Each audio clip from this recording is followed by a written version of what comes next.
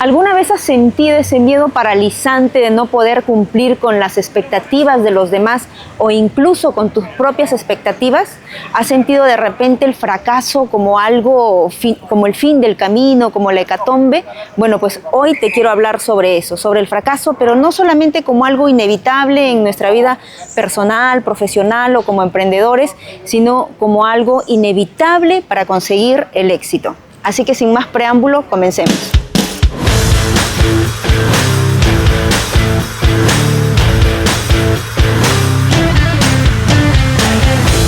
Bien, entonces empecemos hablando sobre los orígenes del fracaso. Y el fracaso tiene raíces psicológicas muy profundas. Obviamente yo no me voy a ir por esa línea porque no soy psicóloga, pero sí les puedo contar que culturas como la griega, la romana, incluso las tribus nativas americanas tenían una buena relación con el fracaso.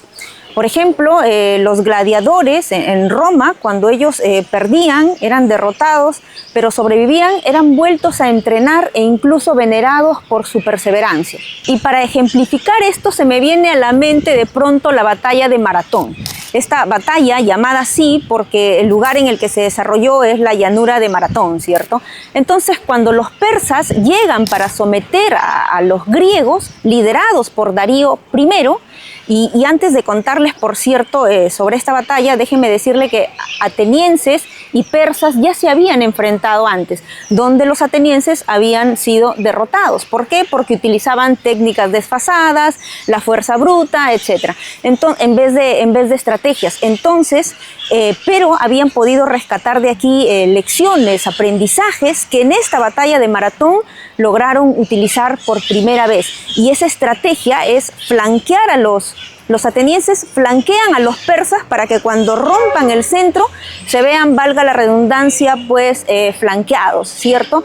Entonces, esta estrategia incluso posteriormente es estudiada en academias militares. Esta estrategia, que debemos recordar, nace de la necesidad del aprendizaje de esta derrota, ¿verdad? Entonces, es un logro importantísimo para los griegos porque además era, digamos, por decirlo de alguna manera, una derrota anunciada, ya que persas los superaban en número. Imagínense esa fortaleza, esa convicción que tuvieron los atenienses para ir contra los griegos, aún cuando eran en número mucho menores, y con esos pues escudos y armaduras súper pesadas, ¿verdad? Entonces, si he hablado de Grecia, tengo que mencionar también, para no ser mezquina, a Roma, ¿cierto? Y si voy a hablar sobre Roma, pues se me viene a la cabeza Julio César, ¿verdad? Y este episodio del río Rubicón. Entonces, Julio César, sabemos, estoy hablando igualmente antes de Cristo, Julio César era uno de los generales más destacados, más importantes de la República Romana. Había estado realizando conquistas en la región de la Galia, lo que es actualmente Francia, ¿verdad?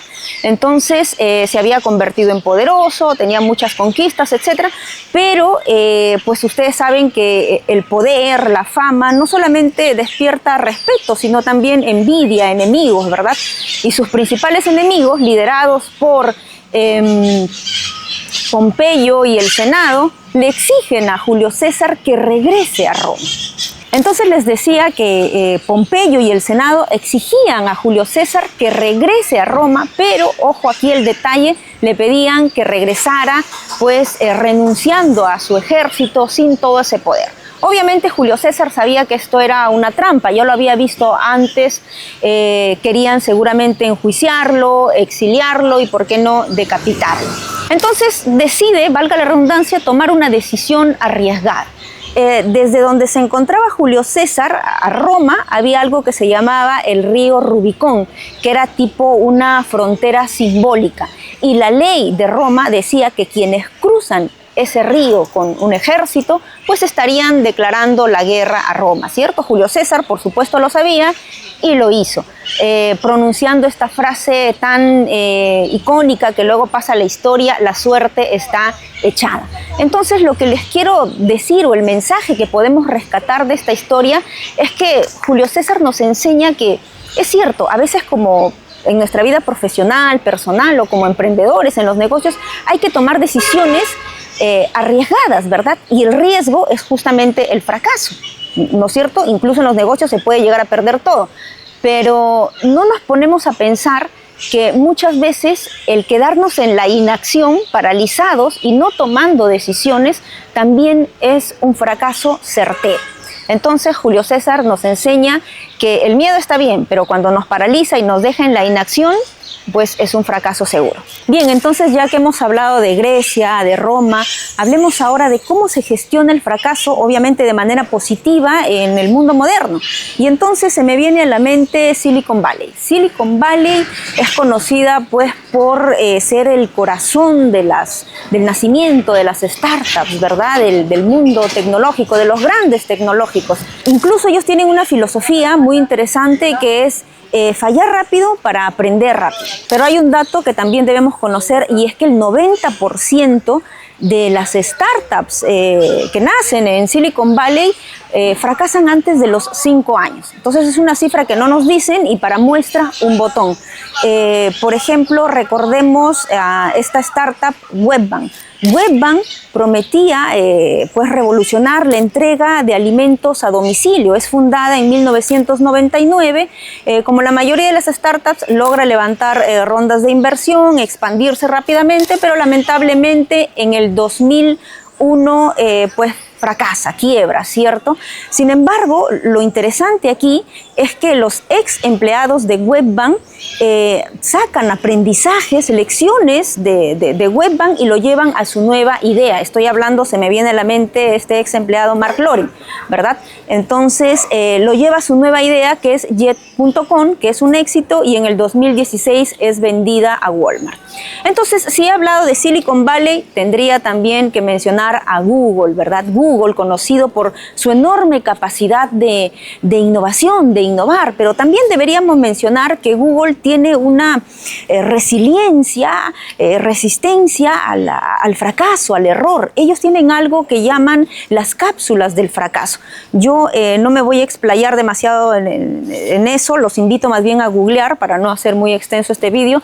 Sin embargo, sí les puedo decir que, no sé si recuerdan, se me viene a la mente Google Wave. Google Wave, que es lanzado en el 2009 y pues prometía reinventar el correo electrónico, ¿cierto? Sin embargo, pues no resonó, no conectó con los usuarios y en el 2010 pues lo retiran del mercado. Sin embargo, lo interesante es que la tecnología utilizada en Google Wave es luego, posteriormente, integrada a Google Docs y Google Drive, ampliamente conocido y utilizado por todos nosotros hoy en día, ¿cierto?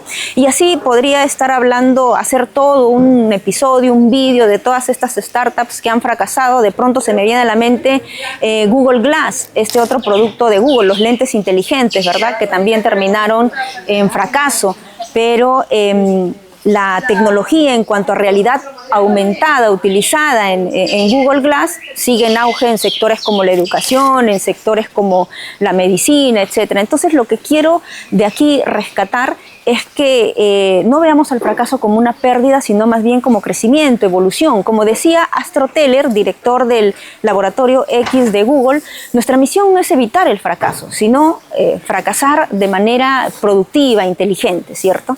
Bien, entonces ya que hemos hecho todo este preámbulo sobre el fracaso, los orígenes, tengo que hablarles de algo que está muy ligado al fracaso y es el emprendimiento, porque quiero desmitificar, valga la redundancia, ciertos mitos, ¿verdad? Entonces, no sé si ustedes lo saben o en todo caso ya se están enterando, tengo una agencia de marketing y eso me permite a mí reunirme con jefes de marketing, con gerentes, con empresas en general, pero también con emprendedores o personas que están lanzando su emprendimiento, quieren asesoría en algún proyecto, etcétera. Y para contarles un poquito sobre nuestra conversación, la puntita del iceberg, yo siempre les digo, si vas a emprender, lo único certero es que vas a fracasar, te vas a equivocar. Y entonces a muchos les parece parece que es un mensaje un tanto pesimista, negativo. Yo no lo veo así, porque emprender es un camino muy personal y es un camino donde tú pones, o un viaje donde pones a prueba tus habilidades, tu inteligencia, tu resiliencia, ¿cierto? Entonces yo creo que lo mejor que te podría pasar es conocer el panorama completo, ¿verdad? Es decir, los pros y los contras. No solamente una sola cara de la moneda, no solamente la puntita del iceberg, no solamente el humo romanticón, bobalicón del emprendimiento que te venden en redes sociales. Entonces, ya tú conociendo los pros y los contras de manera consciente y voluntaria puedes decidir sí, quiero hacerlo de todas maneras, o de repente no, aún no es el momento, ¿verdad? Cualquiera de los dos sería válido, pero siempre y cuando tengas pues el panorama, como decía, completo, pero basta de tanto relato, porque como dicen por ahí, dato mata relato. Entonces quiero empezar con un dato.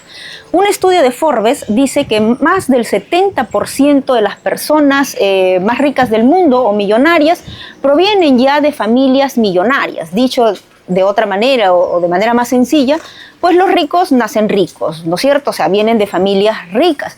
Y se me viene a la mente, por ejemplo, Jeff Bezos. Jeff Bezos, su abuelo era un alto funcionario del gobierno de los Estados Unidos. Bill Gates, su papá era un prestigioso abogado, ¿cierto? Entonces, ¿a dónde quiero llegar con esto? Es que ellos, y no refiriéndome específicamente a los que he nombrado, no partieron de cero. Ya tenían acceso a ciertos privilegios, educación privilegiada, una red de contactos, etcétera, etcétera. ¿A dónde quiero llegar en realidad? Es que tu gran idea de negocio, que no cuestiono que la sea, esa gran idea que tienes, no es tu pase inequívoco, no es tu fórmula secreta, mágica, que te va a volver o a hacer o a convertir en millonario. Es más, yo ni siquiera me atrevería a decir que la gran idea de negocio que tienes sea el primer peldaño al camino a convertirse en millonario, ¿cierto? Y es por eso que yo siempre digo, si tienes una idea, compártela, coméntala, porque, o sea, no es que me la van a robar, no, porque una cosa es la idea que está por ahí en la nebulosa deambulando y otra cosa es llevarla a la acción. Y llevarla a la acción no son muchos los que la van a hacer, ¿verdad? Y en todo caso, una cabeza puede pensar... Buenos días, ¿qué tal? Buenos días.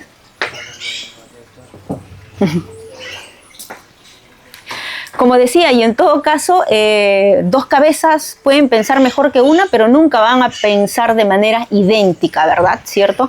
Entonces, hay otro dato que quiero comentarles, y es que esas startups que nosotros conocemos como los éxitos repentinos, bueno, pues esos éxitos repentinos que llegan a nuestros oídos y que han levantado rondas de dinero, tienen ya o han tenido 9, 10 años por lo menos en el mercado. Y se me viene a la mente Amazon. Durante los primeros 7 años no era rentable. Y es por eso que Bezos le tenía que decir constantemente a sus inversionistas, a los inversores: señores, estamos construyendo el futuro, no el presente. Lógicamente, porque es una forma educada de decirles, en el futuro seremos rentables, en el presente todavía no lo somos. Y aquí quiero rescatar, aprovechando de que estoy hablando de Amazon, o sea, la paciencia, yo diría, y lo resaltaría en grande, la paciencia estratégica. Es lo que realmente llevó a Amazon a convertirse en el gigante, el éxito que luego pues obtuvo, ¿cierto? Bien, entonces, para seguir con los datos, déjenme decirles que hay un informe del Banco Mundial que dice que únicamente el 20% de las personas que viven en países en vías de desarrollo logran mejorar significativamente su nivel socioeconómico respecto al de sus padres. ¿Por qué? Porque lógicamente intervienen otros factores, ¿cierto? Y hablando de países en vías de desarrollo, pues podemos hablar de Perú.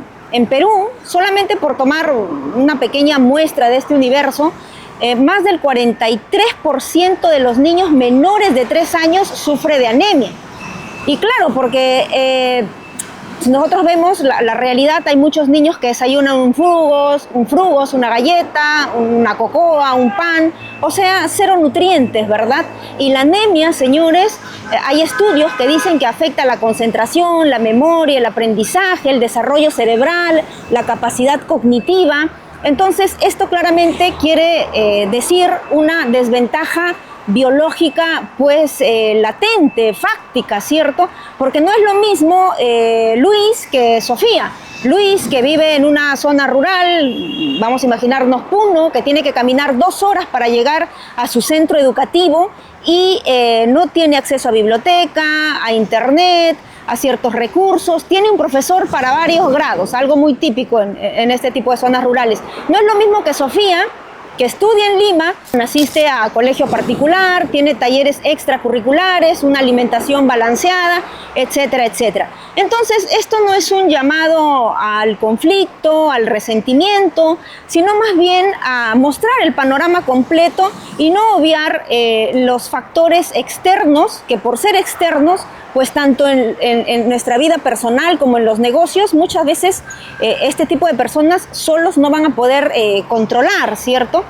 Y yo sé que hay que hacer marketing, sé que hay que hacer negocios, sé que hay que vender. Yo siempre lo digo, o sea, sin ventas simplemente no hay empresa, ¿no? No hay negocio. El negocio se sustenta en las ventas, no hay más, por lógica elemental. Pero a pesar de que vivimos en un país lleno de corrupción, yo creo que no es algo idealista pensar que se puede hacer marketing y negocios, empresa, con empatía y con ética, ¿cierto? Entonces, solamente por tomar otra muestra de ese gran universo que se me viene ahorita a la mente, porque conozco de primera fuente jóvenes que me dicen, he comprado tal curso, tal producto digital y me siento estafado. Entonces, hagámonos cargo de lo que decimos, de lo que hacemos. Entiendo cómo es el marketing, pero vuelvo a repetir, o sea, sin empatía, sin ética, pensemos en esa persona que ha pues depositado todos sus ahorros o ha utilizado todos sus ahorros por una promesa falsa tuya o por una verdad a medias que no es una verdad, o esa madre que deja de poner o de quitar el desayuno, ¿no?, en la mesa de su familia para poder darle ese dinero a su hijo para que compre ese producto digital que al final, vuelvo a repetir, es una falsa, muchas veces una falsa promesa, ¿verdad? Y tampoco vamos a caer en la necedad de decir, bueno, entonces que los privilegiados renuncien a sus privilegios. No, tampoco, eso es una incoherencia, ¿verdad? Bien, entonces, para que esto no quede simplemente en una charla o en una reflexión, pues les voy a dar finalmente 5 recomendaciones que a mí me han servido y me sirven mucho para poder afrontar de manera positiva el fracaso. Entonces, la primera es simplemente desmitificar el fracaso, o sea, dejemos de verlo como algo negativo, dejemos de pensar que es el punto final y enfoquémonos pues que fracasar es ganancia, es aprendizaje, es evolución, ¿cierto? Segundo, la autorreflexión, es decir, hay que mirar atrás y ver en qué nos hemos equivocado, ¿no?, en qué hemos fallado, pero hagámoslo no con un ojo crítico para autoflagelarnos, no, sino más bien con un ojo analítico para ver en qué me equivoqué, qué puedo mejorar, qué es lo que puedo enmendar, porque como diría Henry Ford, es decir, fracasar en realidad es la oportunidad de volver a intentarlo, pero esta vez de manera más inteligente. O como decía Angela Duckworth en su libro Grit, en realidad el talento no determina el éxito, sino más bien la perseverancia, ¿verdad? De la paciencia, la pasión. Entonces, pero para perseverar hay que hacerlo no desde la necedad, sino habiendo analizado en qué me equivoqué para volver a hacerlo de manera más inteligente, valga la redundancia.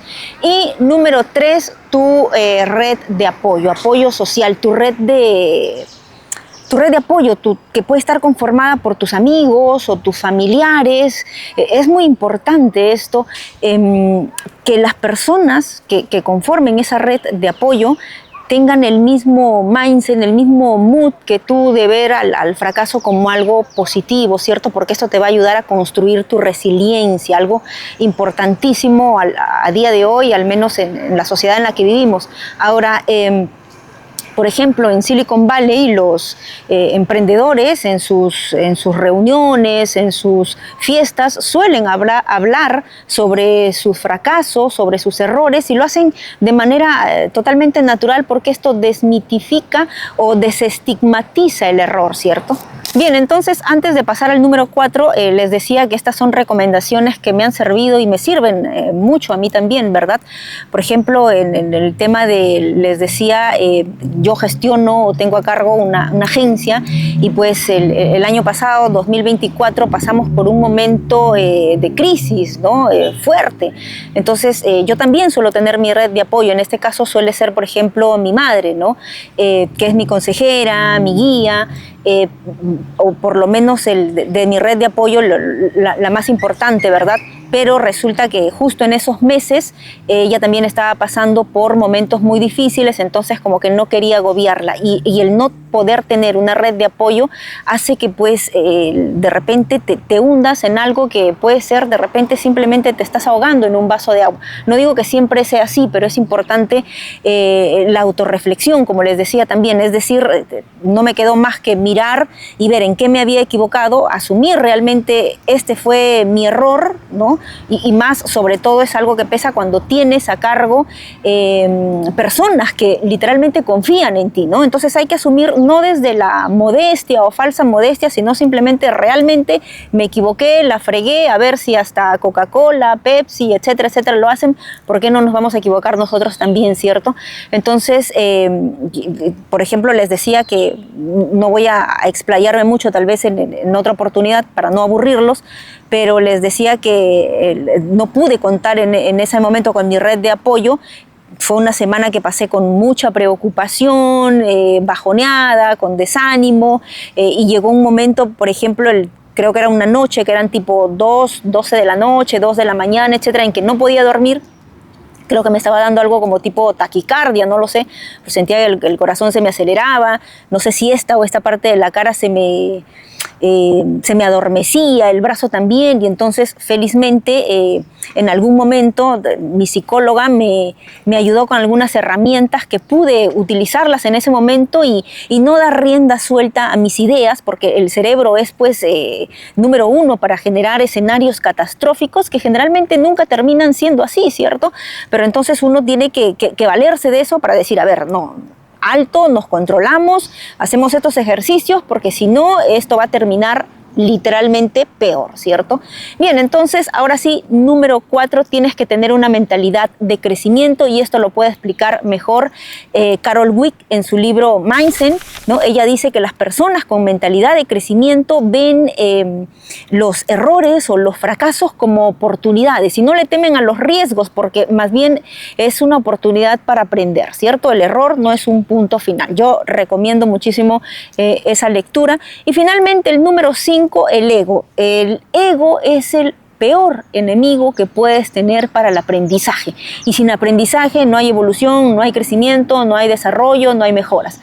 Entonces, además, si nos ponemos nosotros a pensar, a lo que le tememos en realidad no es al fracaso en sí, sino más bien a lo que los demás pensarán de nosotros cuando nos ven erráticos, fracasados, por decirlo de alguna manera, ¿cierto?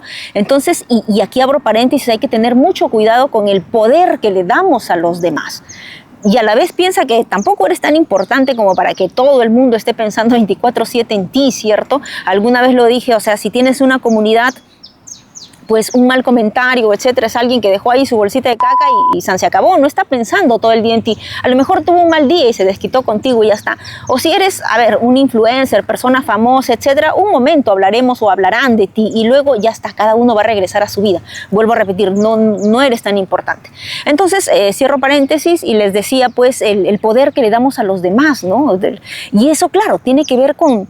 porque lo que los demás piensen de nosotros afecta en realidad nuestra imagen, la imagen que queremos proyectar. Y lógicamente todos queremos proyectar una imagen positiva, ¿verdad? Pero a veces exageramos, ya queremos proyectar una imagen pues de inequívocos, infalibles, perfectos, superpoderosos y no somos humanos y los seres humanos somos pues equívocos, falibles, erráticos y etcétera, ¿no? Entonces, Seth Godin, en su libro Tribus, decía que los verdaderos líderes son aquellos que se atreven a fallar, ¿verdad? O sea, son aquellos valientes que después de haber caído se levantan, ¿cierto? Y vaya que hay que ser muy valiente para mostrarse vulnerable o para levantarse, ¿verdad? Además, si nos hemos caído es indicador, signo inequívoco de que hemos estado de pie, porque probablemente aquellos que nunca se han caído es porque toda la vida han estado pues de repente arrastrados como lombrices por la tierra. Espero que no haya sonado un poco duro esto, pero bueno. Entonces, y les decía, Seth Godin dice que los verdaderos líderes pues son los que se atreven a fallar, a equivocarse, a caer y a levantarse, y por eso son líderes y tienen personas que los siguen, ¿verdad? Seth Godin le llamaba tribus, pero ahora podemos llamarlo de repente en un contexto más actual comunidades, ¿verdad? Tus comunidades de tus redes sociales o qué sé yo, conectan contigo porque las personas conectamos con personas. Y conectamos con personas que encontramos algo en común, que se parecen a nosotros, no con personas en un mundo perfecto, que la vida es perfecta, y etcétera, etcétera. Además, decía también Nathaniel Branden, que es un psicólogo muy conocido por sus estudios sobre la autoestima, nos decía que en realidad el ego opera desde la inseguridad. Entonces hay que hacer un autoanálisis, una reflexión de cómo está nuestro ego, porque en realidad es un indicador de nuestra inseguridad, ¿verdad? Bien, finalmente me despido con una frase de Elon Musk que dice que si no estás fallando es porque no estás innovando lo suficiente. Entonces, eso ha sido todo. Ya sabes que si te ha gustado este tipo de contenido, déjame un fuerte like como parte de tu apoyo, y hazme saber en los comentarios tus dudas, discrepancias, que estamos abiertos al debate siempre con respeto. Hasta la próxima.